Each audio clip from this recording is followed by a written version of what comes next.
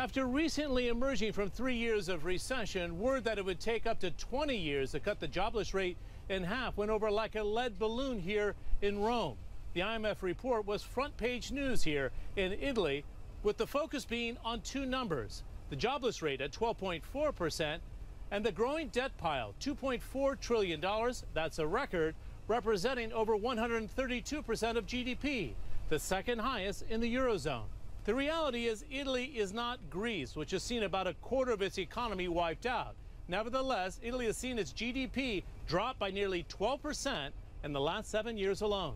The economic recession has been very bad in Italy. Probably Italy is the second worst performer after Greece.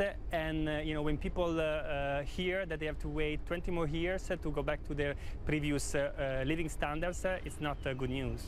Since the economy is such a heated issue here, the Italian finance ministry responded to the IMF report, suggesting the fund was looking in the rearview mirror and not taking into account the latest reforms. Economist Bori said that's a fair point. I think that the Italian ministry is right in the sense that the reforms that have been implemented and those that are on the pipeline are going to be able to improve the growth rate of this country, and so I think that the situation will get better a bit faster.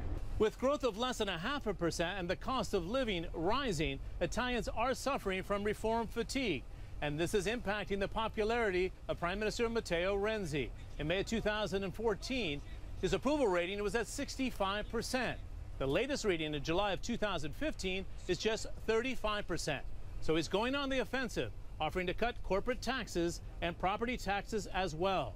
It's popular at home, but not perhaps back in Washington with the IMF. John Defterius, CNN, Rome.